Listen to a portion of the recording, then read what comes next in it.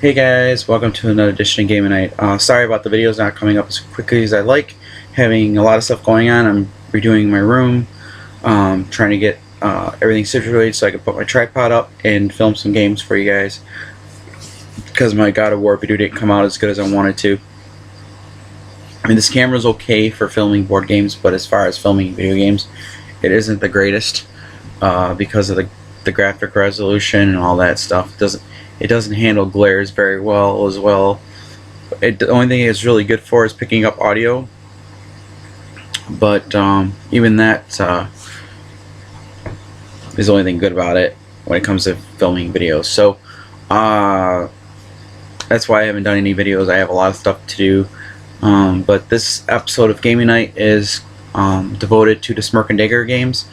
I'm going to talk about all the games that I have by smirk&dagger, tell you what they're like, who the games might be for, what type of people that might like them, and show you guys part of my collection. So I'm going to start with the one that I got for my birthday. This started the whole I didn't know who the company was, and then that's what I got this as a gift. So let's show you what I got. I got Run for Your Candyland. I got this for my birthday a few years back. This is the version I have. The version I have is original. This is the second edition. What this added is more different types of cards. It changed the rules a little bit, and the characters' cutouts are a lot better. So basically, Run for Your Life Candyman is a parody of Candyland. I've ran this game with my niece and nephew. They don't have a hard time picking this game up at all. It's pretty easy. It's a nice diversion from playing Candyland. So if you're like sick of Candyland, or you like Candyland but you want a little bit more to it, like you play Candyland with your kids, that they're 6 or 8. I mean, there's a little bit of violence, but it's just due to the cookies. You could basically say you're just cookies trying to escape from the factory and you're attacking one to escape. But it depends on how you feel on the whole aspect of games where you're beating each other up. I really don't see a problem with 8-year-olds or older. I know the box price says I believe it says 14 and up. I'm not mistaken, but I don't really see a problem with younger groups getting into it. But you have these cards right here. These are your movement cards, just like in Candyland. Each one of these are like a spoof of a type of candy. This is a Hershey bar, pretty much. And sometimes you get these double card movements. Sometimes they'll be the same ones. So essentially, at the beginning of the game, you're going to set one of the cards aside. That's a single candy one. So if you finally drew this one, you'd set this aside, and whenever you get one of those cards drawn for movement, you'll get one of these special cards. And these are all like spoofs of candies too. Like BB Ruthless one. This one says BB Ruthless. It says play this card only when you lose a limb. If your attacker has the same limb with at least 2 damage on it, tear off theirs too. So this game's very crazy game. You get the bazooka, and after the bazooka gun, you equip it and it does range. I mean, there's a lot of neat ones. The Bubble Vicious. Draw 3 cards of damage instead of 1 for attack only. You may play this card in a candy cage range. So it's really cool. And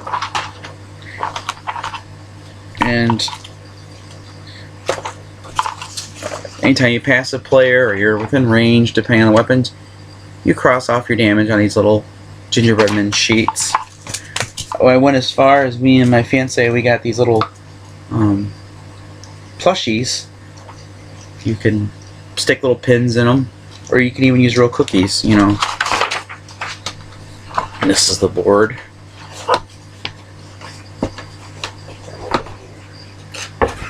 So there you go. Very straightforward game. A lot of fun. As long as if you're in the right spirit, it's a hoot. If you're a fuddy-duddy, you're probably not gonna like this. But I mean, this game comes out at least once a year.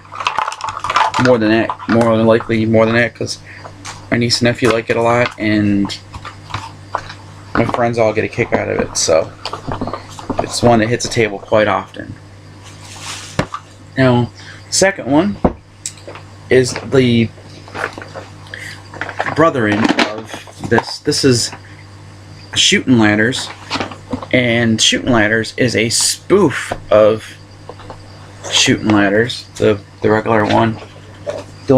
Now, this one is a little bit more strategic and takes a little bit more getting to know how to play it, but think of it as, if you guys ever played Steve Jackson's Frag, this is kind of a little bit less complicated game of that, and all the damage you do to a player cannot be like, they don't handle defense unless they have a defense card. So, and the board, you move just like you would in Shoots and Ladders. But this time you roll 2 dice and you split the movement up. So if you rolled a 4 and a 1, you'd have to move 1 space, or so you can go move 1 and go up the ladder, then move 4 back left or right, or you can do 1, 2, 3, 4, go up this ladder.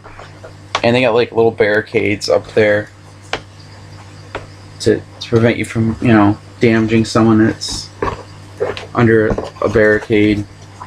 So it's kind of like a game of Frag, but once again, all the cards, the ammo markers are candy corn markers. To do damage, you just basically roll how many dice it tells you to roll, just like in Frag. But the difference is, whatever the candy icon that hits, that's where they're gonna go.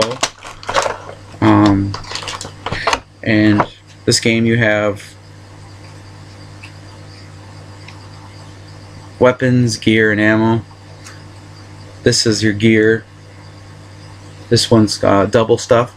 Play to link 2 weapon cards. They now fire together as 1 attack upon a target. Kind of like in Steve Jackson's Frag. This one's Dirty Twix. Play this card next to your character sheet and put 3 counters on it. Remove a counter to temporarily reverse the direction of any slide or ladder for you this turn. So there's those. You got the ammo cards. You have stuff like hollow point kisses. Play to reload a weapon to full ammo. If the weapon rolls 2 hits to a given limb with this ammo, do an extra box of damage to any other limb of your choice. Nibs 2-pack. Standard ammo. Play to reload any weapon to full ammo. Keep this card. So it's just reload your ammo. And then you got weapons. You get them you got the big red. It's 1 giant missile. You got bombs. The rocket pop, which is it's actually a little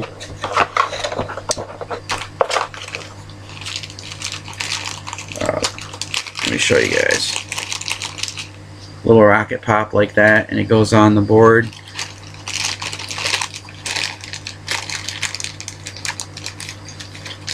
And then you even got landmines in the game, which are Oreos.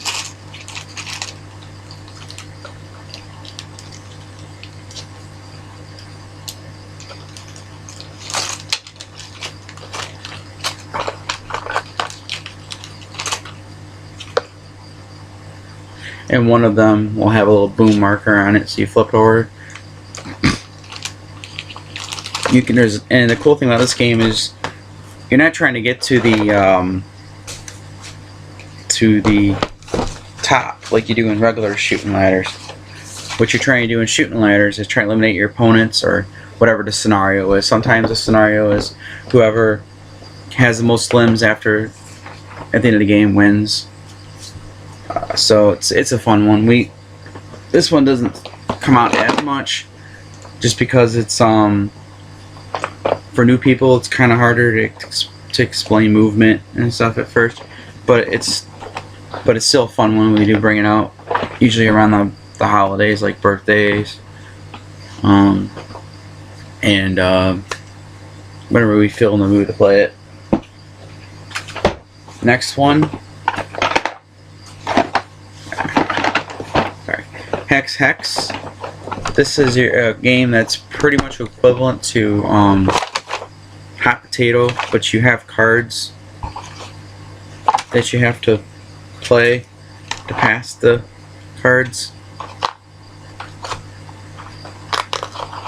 So you in the beginning of the game, there would be a player that's the first caster, and they'd say, okay, I want to pass the hex to Joe. So then Joe will have to go to his hand of 6, I believe it is. No, 5 cards.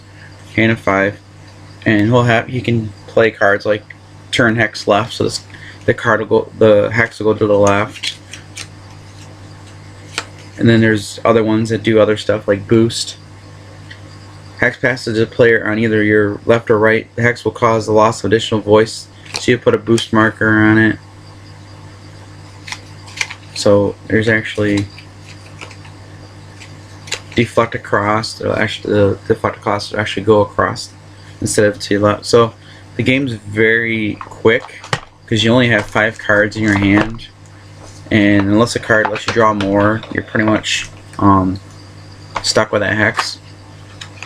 But there's always stuff you could play that doesn't pass the hex, but just pretty much hoses everybody else. Then there's cards that are curses that you don't want to have in your hand, because if you have it, you have to play it, and it usually causes you lots of more points. In this game, it's voice. So you start out with 5 voice, and then you're trying to get the most voice at the end of the game. What makes this game a party game, though, is the fact that there are cards that you could use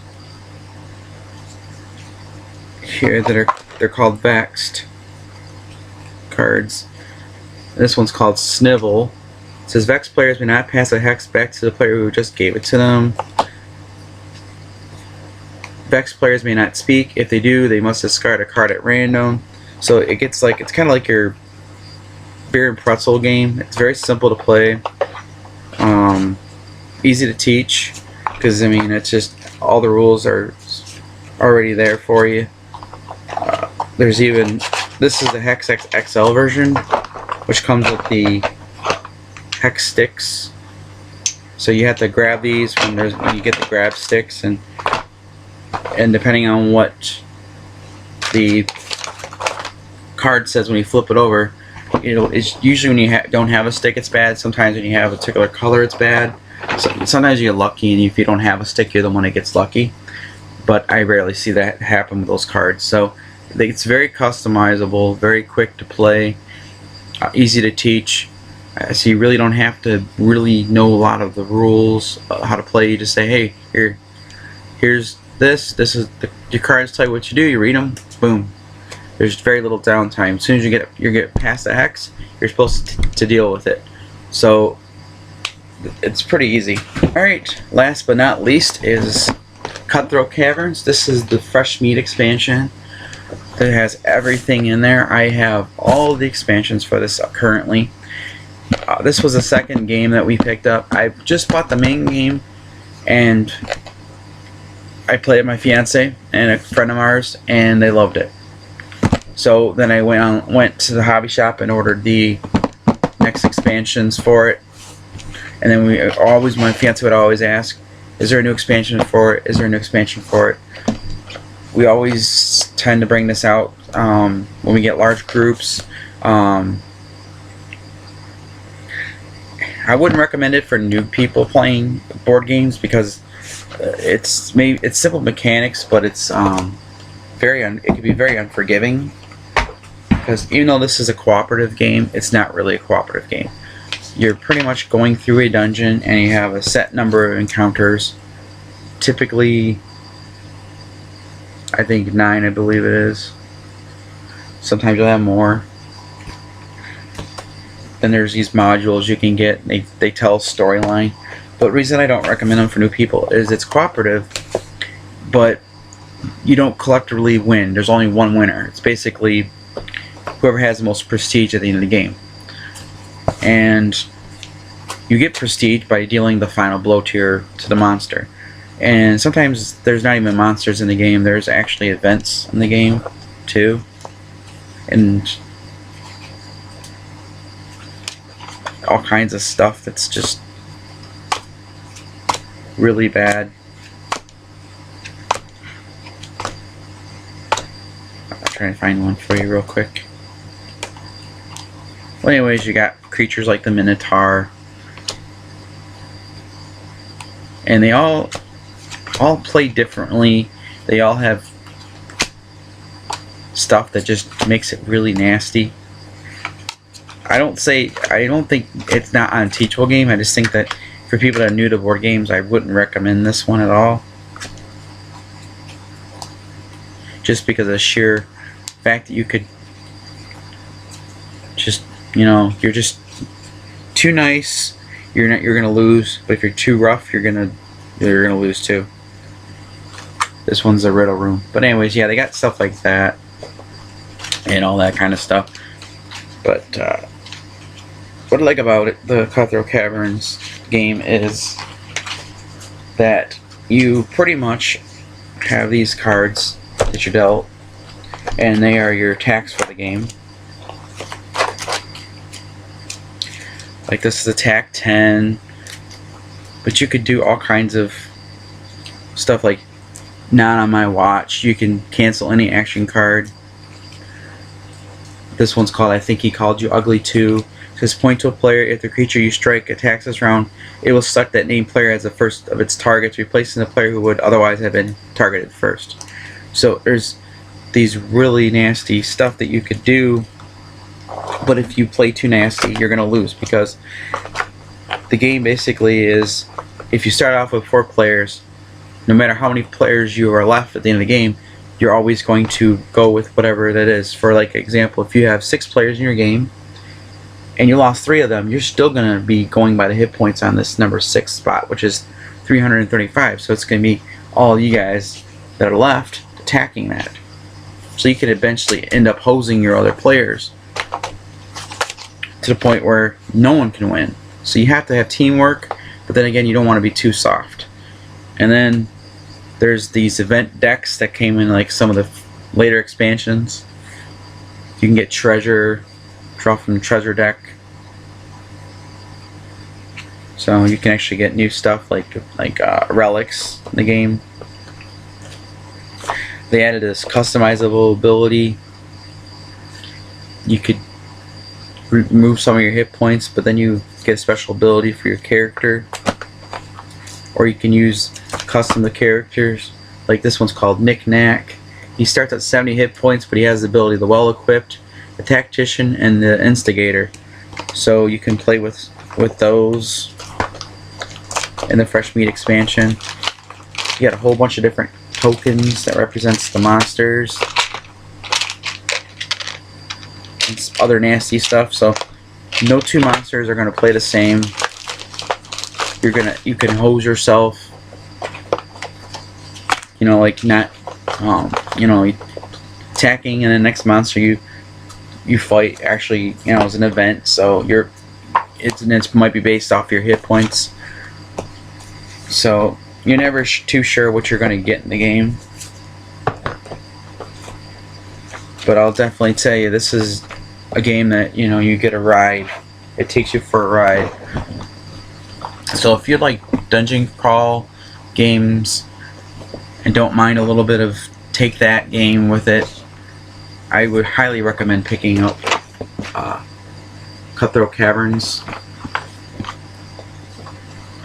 because it's a great game. So I would at least start with the base set and see how your group likes it. But if you're anything like our group, you're gonna probably start digging into it and start wanting to get all the other expansions for it. So yeah, Smirk and Dagger has got a lot of great games. There's been hits with our group.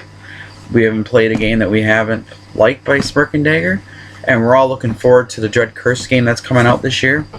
So if I get a hold of that game, I'll definitely be showing you guys that game as well. So I hope you like this quick, somewhat lengthy look at the Smirk and Dagger games, but this is one company that gets a 2 thumbs up for me and our group, because it's got something for everybody, and it's got a little bit of party games, it's got a little bit of more in-depth games, it's got lighthearted games, games you can play with your niece and nephews, your kids.